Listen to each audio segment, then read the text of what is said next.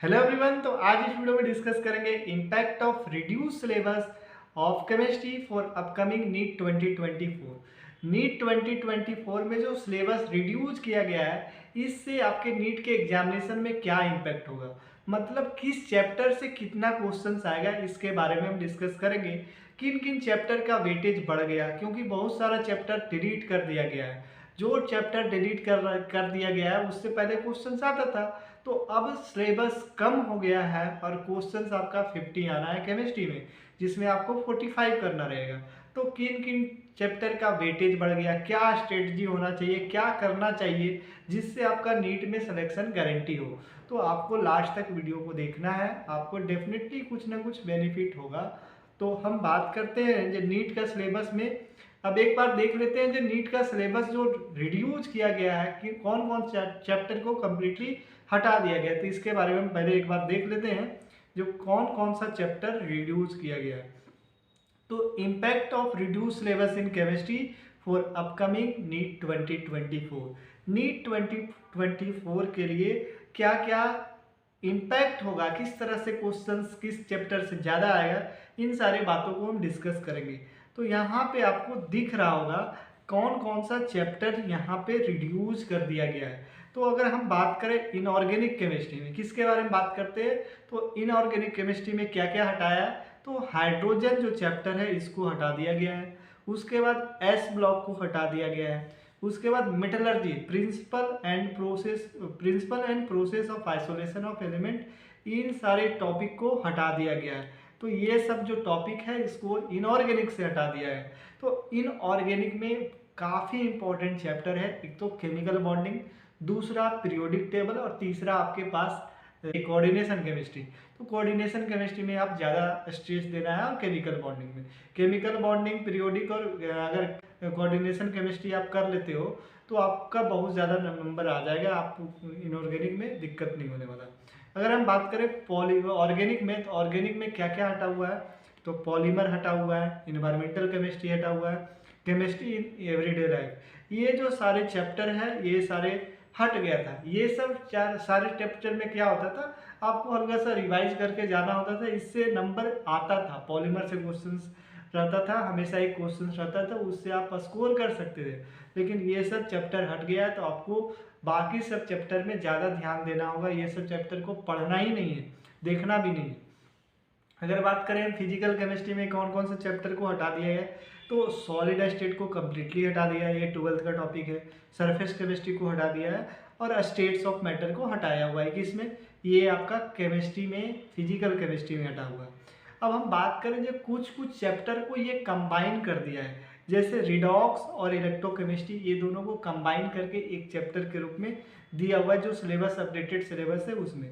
उसके बाद alcohol, phenol, ether और अल्डिहाइड, कीटोन, कार्बोक्सिलिक एसिड, इसको एक अलग चैप्टर जिसका नाम क्या है, ऑर्गेनिक कंपाउंड कंटेनिंग ऑक्सीजन, इसमें इसको पढ़ेंगे।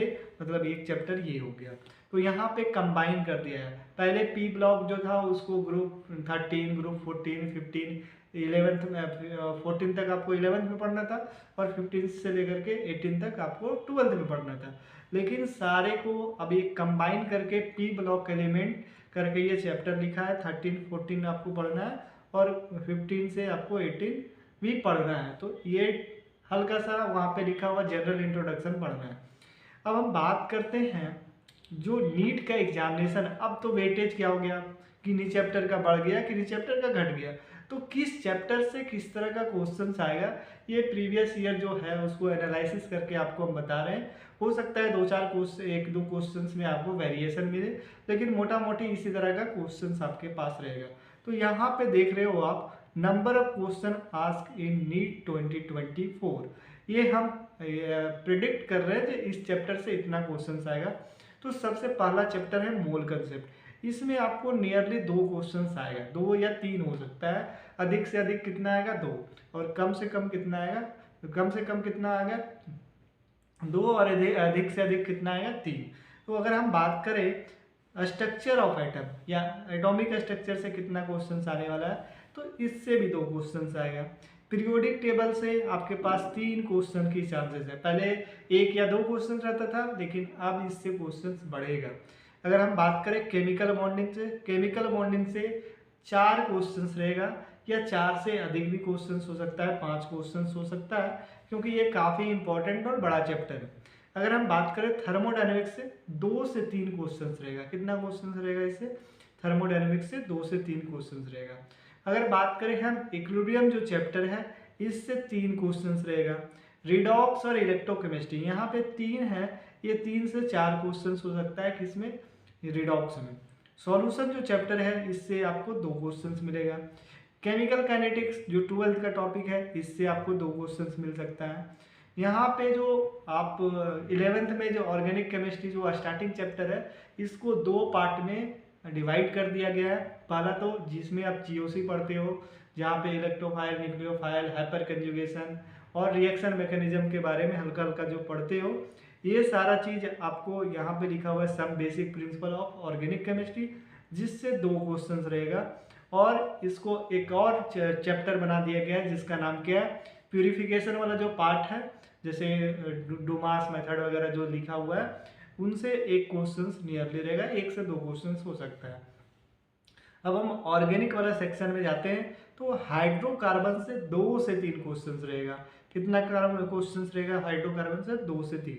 अगर हम बात करें अल्काइल हैलाइड या हेलोजन डेरिवेटिव वाला जो चैप्टर है, उससे आपको कितना क्वेश्चंस रहेगा? इससे 2 क्वेश्चन रहेगा। अल्कोहल फिनॉल ईथर से कितना question? 2 question. Aldehyde ketone carboxylic acid, इससे भी कितना क्वेश्चंस? 2 क्वेश्चन। अमाइन जो चैप्टर है, नाइट्रोजन कंटेनिंग कंपाउंड या अमाइन चैप्टर से आपको कितना रहेगा? 2 रहेगा। बायोमोलिक्यूल से 1 क्वेश्चन रहेगा, 1 से 2 क्वेश्चन रहेगा। अब हम बात करते हैं कोऑर्डिनेशन केमिस्ट्री, तो कोऑर्डिनेशन केमिस्ट्री से 3 से 4 क्वेश्चन रहेगा। 3 क्वेश्चन मिनिमम और मैक्सिमम कितना हो सकता है? 4। अगर हम बात करें डी ब्लॉक और एफ ब्लॉक से कितना रहेगा? 2। और टोटल जो पी ब्लॉक है, इससे आपको 3 से 4 क्वेश्चन रहेगा।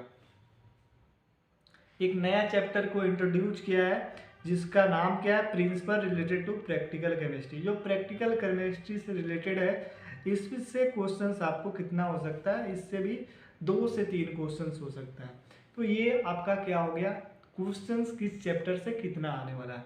अब हम बात करें जो ये जो हमको ये पता चल गया जो किस चैप्टर से कितना आएगा, किसका ज़्यादा वेटेज है। अगर हम बात करें जो कैसे हम पढ़ाई करें जिससे मेरा सिलेक्शन एश्योर हो जाए, तो सबसे इम्पोर्टेंट आपको बहुत सारा लेक्चर, बहुत सारा पीडीएफ, बहुत सारा चीज़ मिलेगा। आपको कुछ नहीं करना है, कुछ टेक्स्ट बुक का नाम बता रहे कैसे आपको पढ़ाई करना है, इसके बारे में बात करेंगे। किसी का हर कोचिंग का डीपीपी करने नहीं बैठना है, आपको सिर्फ सिंसियरली किसी एक को फॉलो करना है। और वहाँ पे आपको सबसे पहले क्या क्या काम करना है, कैसे हम नीट में सारे क्वेश्चंस को अटेम्प्ट कर सकते हैं, उसके लिए कुछ आपको हम हिंट दिए कि किस तरह से आप काम कर सकते हो। तो सबसे पहले क्या करो? प्रीवियस ईयर क्वेश्चंस करो। क्या करो? प्रीवियस ईयर क्वेश्चंस करो। किसका? ये नीट का आपको क्वेश्चंस करना है। प्रीवियस ईयर किसका क्वेश्चन करना है? नीट का।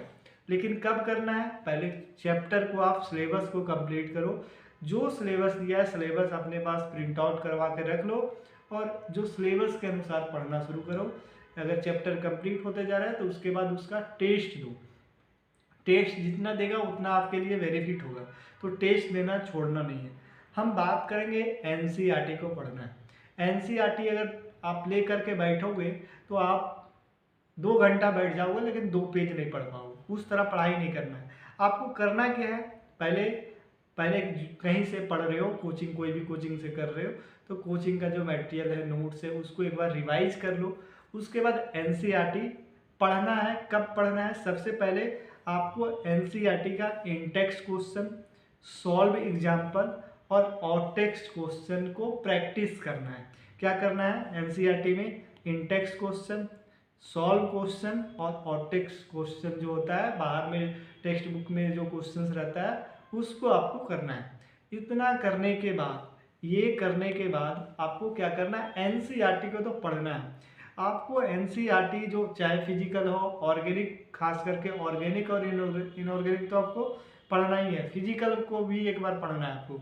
कम से कम आपको 7 से 8 से 10 बार आपको पढ़ना है एनसीईआरटी को, और समझ समझ के पढ़ना है। अगर क्वेश्चंस भी बना रहे हो तो वहाँ पे पढ़ना है कि क्वेश्चंस में क्या बोल रहा है।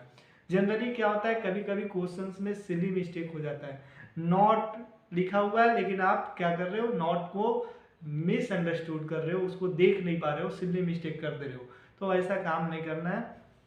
आपको क्या करना है, क्वेश्चंस को, समय लगेगा डेफिनेटली, आपके पास समय बहुत है, आप पढ़ाई अच्छे से कर सकते हो, अभी भी बहुत समय है, अभी भी आप इस तरह से करो। और बहुत सारा सीरीज चल रहा है, मंजिल है तो ये है तो ये है, तो आप किसी पे फोकस नहीं करना है। ऑनलाइन में आपके पास क्या है, आप कंटेंट कुछ रहता है लेकिन बहुत सारे मीम्स रहता है, तो मीम्स वगैरह को दूर रखो, अपने आप को एक प्रॉपर, किसी का भी आप देख लो लेक्चर, जिसका लेक्चर में मीम्स वगैरह कम रहे, और किसी भी नोट्स सबका सिमिलर ही रहता है, एनसीईआरटी को फॉलो करो। उसके बाद लग रहा है कि अगर इतना से भी नहीं हो रहा है आपको, तो क्या करो, PYQ करो, किसका, जेई मेन का। अगर पेपर का लेवल टफ हुआ तो जेई मेन से ऊपर नहीं जाएगा, ये गारंटीड है। और इस बार आपको क्या करना है, जेई मेन का जो PYQ करना है, वो PYQ बहुत पुराना वाला नहीं करना है, जो 2020 के बाद का जो क्वेश्चन है उसको करो। 2020 है, उसके बाद का क्वेश्चन 2021 का, 2022 का, 2023 का, ये सारे चैप्टर से अगर आप करोगे क्वेश्चन, इस सारे ईयर के आप PYQ लगा लेते हो जेई मेन का, तो ये एनफ रहेगा। ये 3 साल का भी लगा लिया, तो ये जेई मेन का अगर PYQ लगा लेते हो तो इससे बाहर क्वेश्चंस नहीं रहेगा। इसी तरह का क्वेश्चन, सिमिलर क्वेश्चन फ्रेम करके पूछा जाएगा। तो ये वीडियो आपके लिए काफ़ी इम्पोर्टेंट है, आपको लास्ट तक देखना है। इसमें बहुत सारी चीज़ें के बारे में हम डिस्कस किए, आपको इधर उधर डाइवर्ट नहीं होना है। आप